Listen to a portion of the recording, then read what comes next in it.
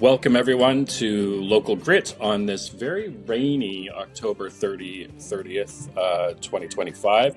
I am here with Robert Armstrong, who is the owner and founder of Aberdeen Interiors.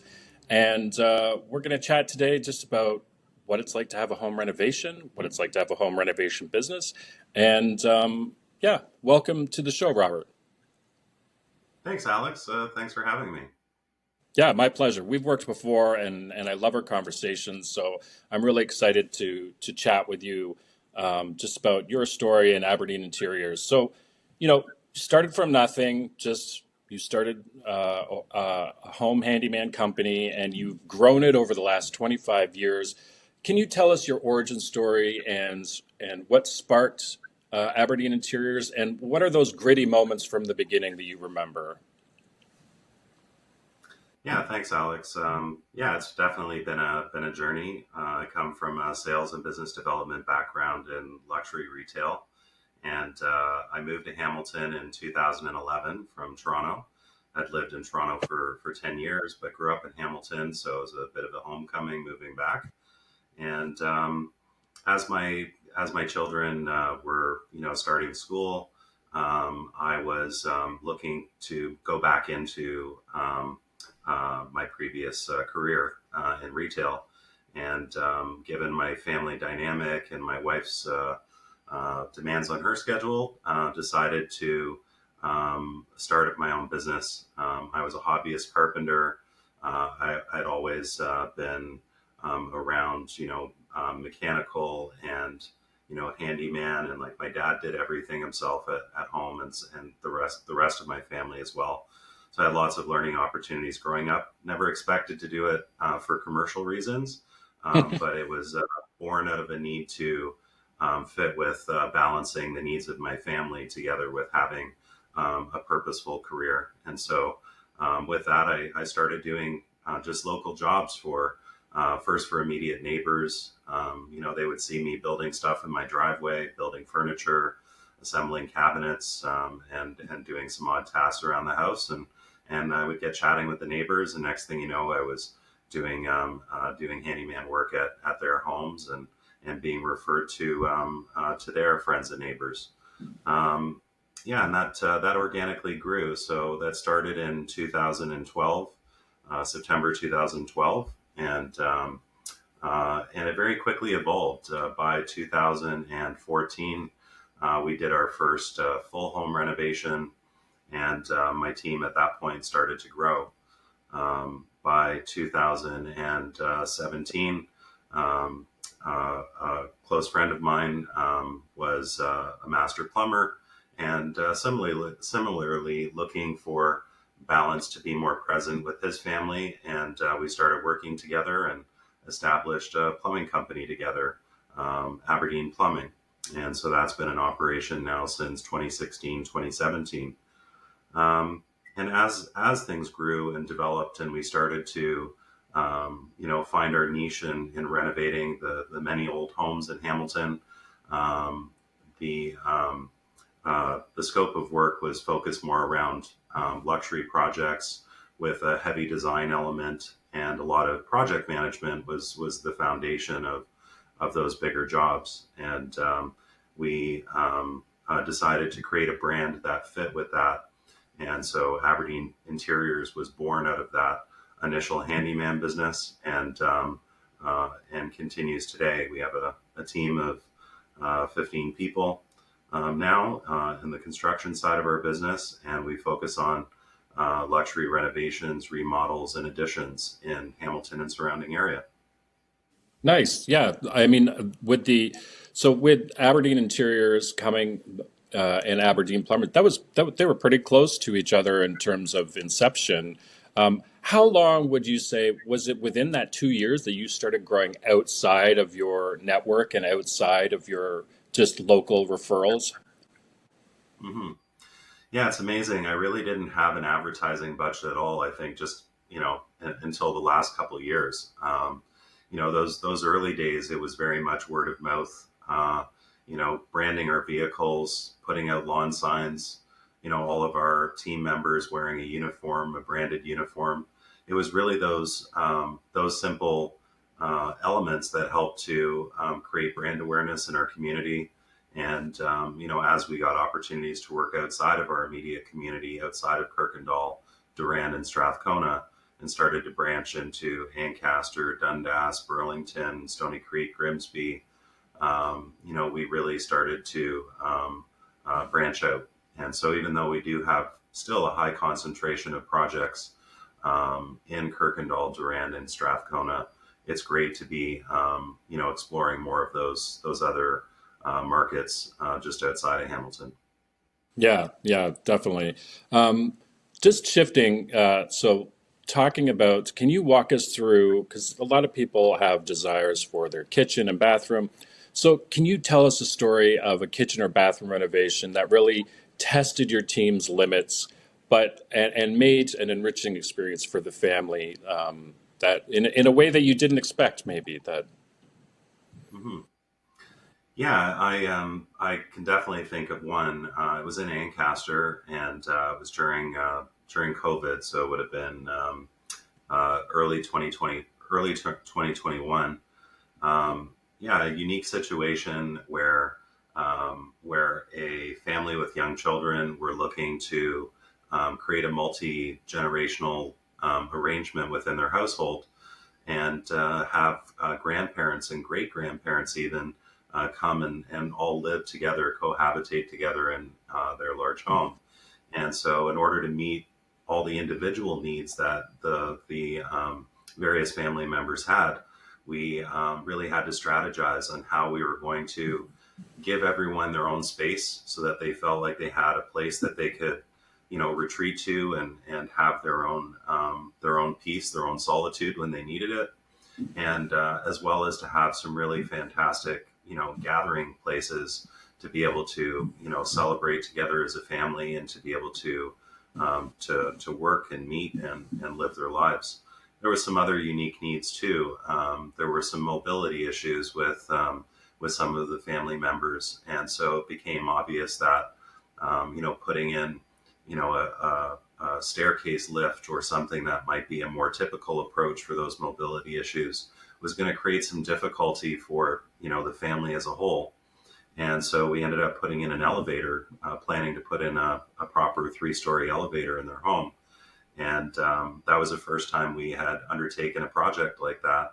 And it definitely had its own unique challenges, some unexpected things that came up. Our elevator pit, for example, once we broke concrete and exposed the area where we were going to be putting the pit for the elevator, all of the underground plumbing was right there, right where the elevator was going to go.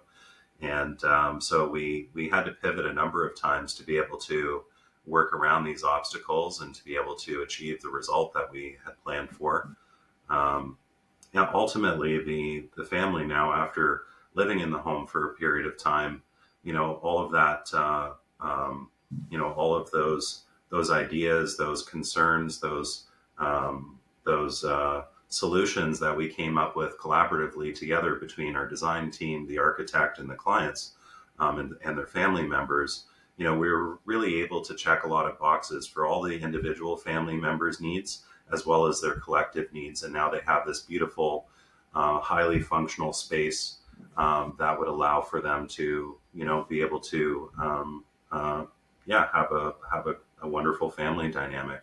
So actually, this is their living room, or one of their living rooms, in the background image behind me. Oh, that's awesome. Yeah. No, that's great. I mean, it's funny how things, when you dig and you start poking about, how unnecessary, like just something can pop up that you didn't think was going to be happening, like the plumbing situation. And when you're taking on a project of that size, I know that you team up with Interiors by Natalie, and she is the design part aspect of it.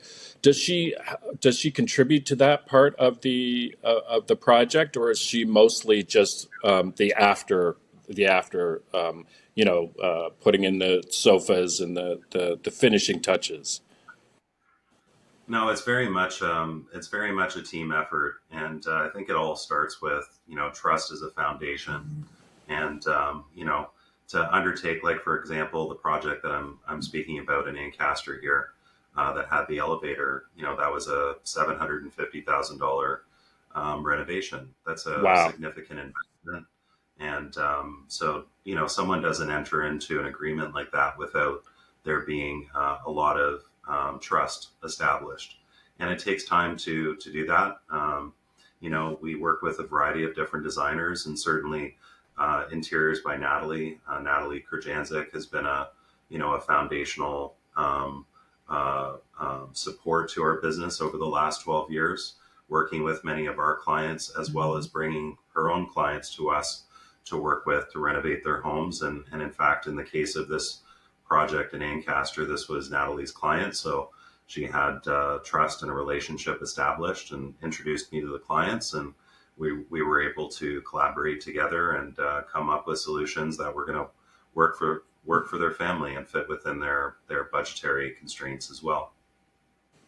Yeah, so that brings up that leads to my next question perfectly. So, are there any non-negotiable principles that you always fight for in interior design? Like, is there something that where clients will push back on functionality or beauty, but you're like, no, we need to do this because of your years of experience? Have you encountered anything on this project or other projects that's a non-negotiable that you think is important for homeowners to understand? Yeah, I think that we often will get clients that don't feel, or perhaps that haven't been through a major renovation before, that see them, that don't want to have interference from someone with contradictory ideas when it comes to design. Perhaps they feel that they can navigate the design and selection process on their own without support. And it's from experience, I've learned that even if the clients are very much and they do lead the decision making, but having professional support from someone who is able to translate ideas and concepts into tangible products that fit with that vision, is a great way of supporting a customer who does have great ideas and who does really know their taste and their needs really well. So that's a non-negotiable for us, is making sure that the customer understands that the designer is not there to contradict them, to bully them into accepting the designer's ideas, but rather to complement those ideas and to help to find solutions with products that match their vision in an efficient way. Yeah, and I'm sure there are a lot of homeowners who like they don't know what they don't know. So having an Mhm. expertise opinion would give them options to think about things that they probably haven't thought about. Exactly, that's right, and functionality definitely plays into that. So when we're talking about flow, like in a kitchen space, for example, there's a lot of key function points in a kitchen for it to feel very natural when you're working in that kitchen space, and the fridge can't be too far away, and the sink has to be in close proximity to prep areas and so forth. And yeah, unless you're a kitchen designer yourself, there's definitely things that you might overlook, or that you might compromise on that later you'd regret. And so we're really trying to make sure that our clients have all the support and professional insights that they can get in order to make the most, in order to make an informed choice and, hopefully reduce any potential regrets later on. Yeah, yeah, for sure. So we talked earlier. You spoke about some challenges that you have where plumbing was supposed to be where you were supposed to be putting an elevator. There are lots of surprises that come up with a renovation, but on the business side, on your side, recently, as we Mhm. spoke about just before we got on camera here, was just how supply chains and tariffs are being hit hard. We hear about it in the news.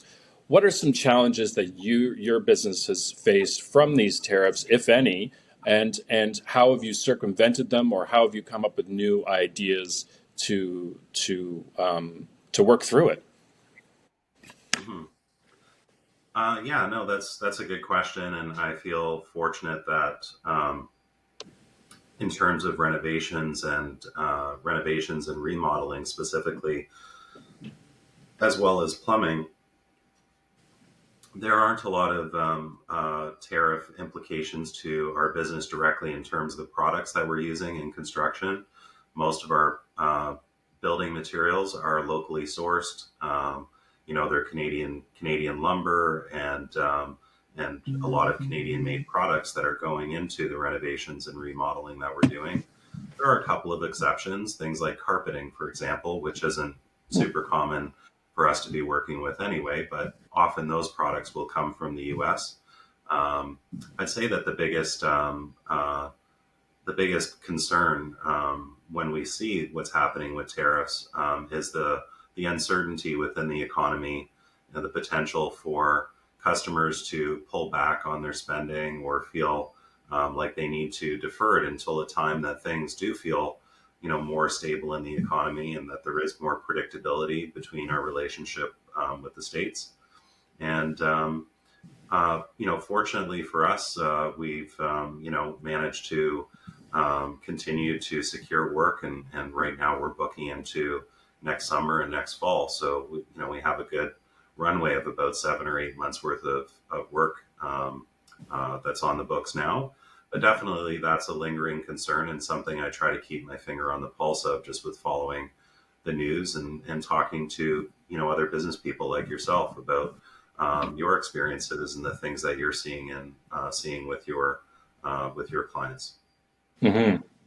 Um, uh, you've done great work. I've been in houses with the work that you've done. The gallery on your websites, they're amazing. You really do great work. I just want to share that with everyone because it looks great. Um, uh, Thanks. what's an addition, something that just an addition, a smaller project that you can think of, a kitchen or bathroom or an addition that just changed the family's life in a positive way, where they were just over the moon with how you change things. Hard to pick one, but uh, um, yeah, I think I'd have to reference. I think this job, the one in Ancaster I spoke about. I think I don't know about you, Alex. I mean, I love my family dearly. I can't imagine though living with 4 generations of my family under the same roof. So, I love the idea of it, and I love it for this family and seeing them together, and how much joy they get out of their family dynamic and being together and being able to support one another in one home. Is fantastic, and definitely it wouldn't have been possible without solutions like the elevator, for example. The great grandparent that lives in the home. Um, like I said, has mobility issues. And without that elevator, it wouldn't have been possible for her to live in the home. And we future proof things too by making sure that, hallways and doorways are accessible, that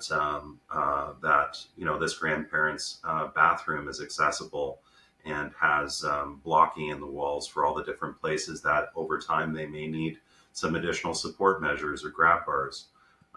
We've made sure that there's seamless transitions between different flooring types. So from tile flooring to hardwood flooring, that there's a seamless transition so that if there's a walker, if there's a wheelchair, if there's something of that nature, that there aren't any encumbrances in the home. And so seeing how much joy they get out of it, and being able to have this grandparent living together with them in their home is definitely one of the things that motivate me each day. The thing that I love the most about what we do is being able to come up with these solutions that do make a difference and do add a lot of value to our clients, and elevate their lifestyle. No, that. Yeah, no, I never even thought of the transition between like thinking of the transition. I mean, I have done them in my own house. I'm terrible. I can't even hold a hammer properly. I'm the exact opposite of you. But and that is one thing that, because my mom and a lot of parents, were an aging demographic, and you need to think of those things. That's yeah, never even occurred to me what would happen there. Um, so when you're working with your team and you're hiring people, what are is there a specific skill set that you look for in your team?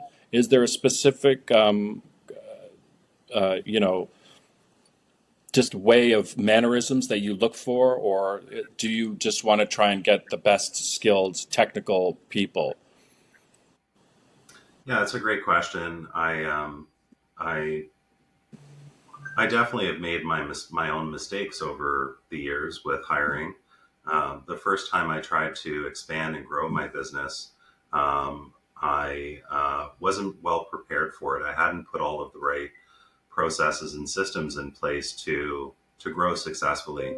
I hadn't clearly defined what all of the different accountabilities and deliverables were for each role within our business, and so we very rapidly doubled the size of our team.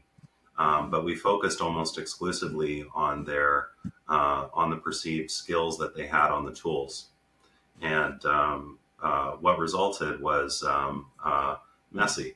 It wasn't cohesive. There were a lot of different values that these different people that came into the business had relative to the established people that were already on the team. And so I learned from that lesson, and stepped back or scaled back a little bit in order to prepare for future growth and put those systems in place, and focused instead on making sure that we were hiring people that did share our values. One of those principal values, one of the principal values that we have is that we treat one another, our subcontractors, our suppliers, and the community at large with the same gratitude and respect that we treat our clients. And I think that's made a big difference in having a team that is cohesive, that is sharing the same values and the same foundational principles to deliver a quality customer experience. And even we make sure that our subcontractors as well share in those values. And so, when a customer does interact with employees from our Aberdeen Interiors team, our subcontractor, electricians, plumber, HVAC technician, drywall contractor, painter, etc. There's all these different people that come into a project at different phases, and we want to make sure that the customer sees that there's some cohesion there in terms of these shared values and principles when we're working in the customer's home. Yeah, because I mean, at the end of the day, it's your brand that and your name that's going to be recognized regardless of the situation. I remember when we first opened Footprints, we hired our first teacher, and she was a lovely person. And on paper, she ticked all the right boxes. Masters in music. She has been playing since she was 4 years old. She had teaching experience, and then it was purely by luck. We had friends who took lessons with us, and they said that she was exceedingly boring, and that her lesson was not fun at all. It was okay, but it was something where, and what kind of sparked the question was just sometimes you can get the technically perfect, but there's no interaction with your client or what their expectations are. It's almost as bad as hiring. You know, so you need to hire people who think like you do, is what I learned from that lesson, and pretty much what you're saying there. Exactly. Yes. I mean, yeah, of course, they need to have the practical skills to, execute the work that we do. But there's a lot of things that we can teach and help shape and mold. It's hard to teach those core principles or values, shared values that we have, and yeah, it's made a big difference in terms of the satisfaction that our management team and our office team and the different members of our team have in working with each other. Instead of butting heads and having very drastically different ideas about how to approach things. Instead, they're working more cohesively, more cooperatively Hmm. in order to deliver the result and the experience that we're aiming for. Yeah. Um, Looking ahead, what's a renovation trend that you see happening, or something that you think it potentially is going to be coming that is redefining, how people are living? Are you seeing more nanny suites wanting to be developed? What's a trend that you're seeing? Yeah, certainly over the last few years, we've seen more. We've seen more situations where clients are looking for multi generational living. Maybe their kids are finished school and just starting out in the workforce, and they're not ready to fly the coop just yet, and so creating a living space for them or potentially a child and their partner or even a young family initially has become a bigger component. Also, I think with all of the costs around care and aging, like at seniors residences and so forth, I think there's more people that are looking for ways to age in place and stay in their homes for as long as possible. And so they're, doing projects and improvements around their home that help allow for that. And then, of course, we also have parents that are aging and need some support. And in some cases, it's practical to have them move into our homes, right? So yeah, we've definitely seen a lot more ADUs, SDUs, which are a secondary dwelling, whether that's attached to the existing dwelling or detached from the existing dwelling. Could be anything from a garage conversion to a garden suite to a basement or an addition on the back or the side of the home to accommodate that secondary dwelling unit. It can also be a way of helping to offset costs of mortgage. Homes have gotten a lot more expensive, and so having some rental income can be a way of helping to support home ownership. Is there anything from, I heard about this briefly, is there anything from the city of Hamilton or from the province of Ontario that is encouraging building secondary units, say converting a garage into a rental just due to some of the problems that people are having with finding housing? Yeah, definitely. The provincial government has really tried to allow for more unique construction types, building types. Things like tiny homes, garden suites, laneway homes. We've definitely seen more of that type of development. Um, you know, with us having a lot of aging properties, like there's some residential neighborhoods or old developments that don't really serve the future needs that we have as a community, and so we're seeing more condominiums getting built, more mixed retail and residential developments that are happening, and uh, and so, yeah, there is a lot of government support for that. Some cities are doing a better job than others of supporting that process. Like I would say, Burlington is an excellent example of a city that's doing a really great job with helping to expedite that permit application process and zoning requirements, and they're really supporting the industry by helping to reduce some of the bureaucracy that's existed and cost barriers that have existed to doing some of this type of construction. Hmm. Yeah, but that's great because that is something that becomes a real frustration. I know from a lot of people who've done renovations is just the red tape alone can make you Mhm. start crying. So that's Absolutely. good. That's good to know that the government's on it. So for an aspiring homeowner who's tackling a renovation, what is one piece of advice that you would give a family who are at the beginning stages of a big renovation or a small one, what's the one piece of advice that you could give them to make their experience much smoother? I would say that that you don't want to enter into a contract with anybody, but especially not a builder or general contractor without having trust established, and take the time that's needed to interview multiple contractors, or designers, interior designers, if that's where you're starting with your planning and your journey towards doing a renovation or a remodel of your home. Um, Make sure that you do meet at least with a few different builders to gauge which one would be the best fit with you and which one you feel best represents your own personality, your own vision for the space. Um, that I would say is one piece of advice. Having an established plan or outline, even if it's in point form.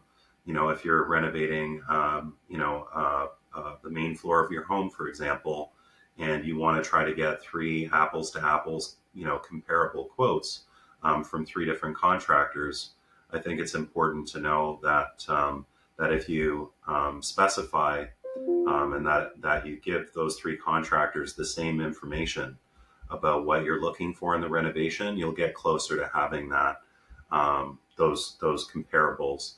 Because otherwise, it's kind of like with if you were to give the same recipe to 10 different chefs, you'll get 10 different dishes. And I Yeah. think the same is true for contractors. If you just walk through three contractors and have a slightly different conversation with each one and expect to get three really comparable quotes, you might be disappointed. It might be difficult for you to navigate and make those direct comparisons. So, doing some preparation and kind of making a list of what are the must haves for your projects, what are some of the wants, like would be nice to have elements for your project, and just making sure that there's consistency in communicating those needs and wants to the contractors that you're considering. Oh, that's great. Well, Robert, I want to thank you for your time. It's been great chatting with you. Hopefully, we can do this again. And thank you so much for everything. And I think you've given the listeners a lot to think about. Yeah, thanks, Alex. It was fun, and yeah, I'd be happy to connect with you anytime. Yeah, sounds great. All right, take care. All right, thanks very much. Have a great rest of your day.